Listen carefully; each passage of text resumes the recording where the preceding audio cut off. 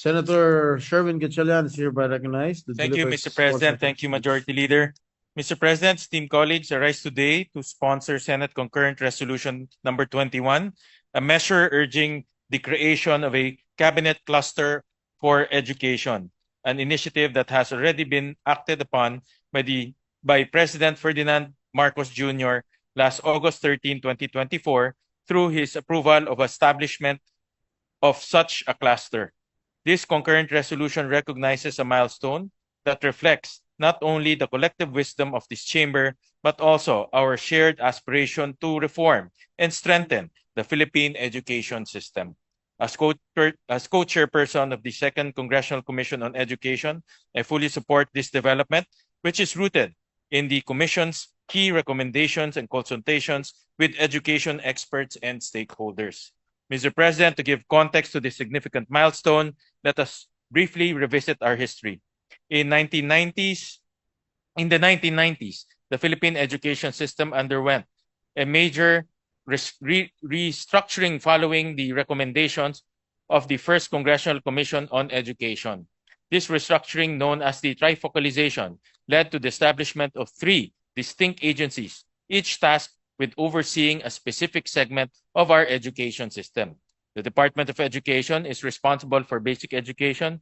The Commission on Higher Education oversees tertiary education, ensuring our universities and colleges remain competitive and relevant. And Technical Education and Skills Development Authority focuses on managing technical vocational education and training, which plays a crucial role in equipping our workforce with the necessary skills. The rationale behind trifocalization was clear: to allow each agency to focus on its specific subsector of education, thereby improving the quality of education at all levels and enhancing the development of specialized skills and knowledge. However, while this structure addressed some of the issues inherent in a centralized system, it also introduced new challenges, particularly in terms of coordination and formulating and fulfilling a cohesive education vision.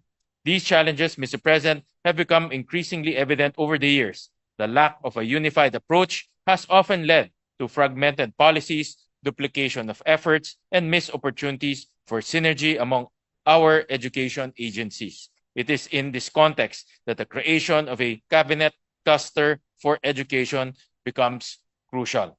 Sa bawat sulok ng ating bansa, ang edukasyon ang nagiging susi sa pagbabago. Ngunit upang makamit natin ang tunay na pagbabago, kinakailangan ng isang malinaw at magkakaugnay na plano, isang direksyon na magtutulak sa atin tungo sa isang layunin. This cabinet cluster will bring together the heads of DepEd, CHED, TESDA, Early Childhood Care and Development Council, and other relevant government agencies under a unified strategy, ensuring that our education reforms are not only well-intentioned, but also well-coordinated and effectively implemented.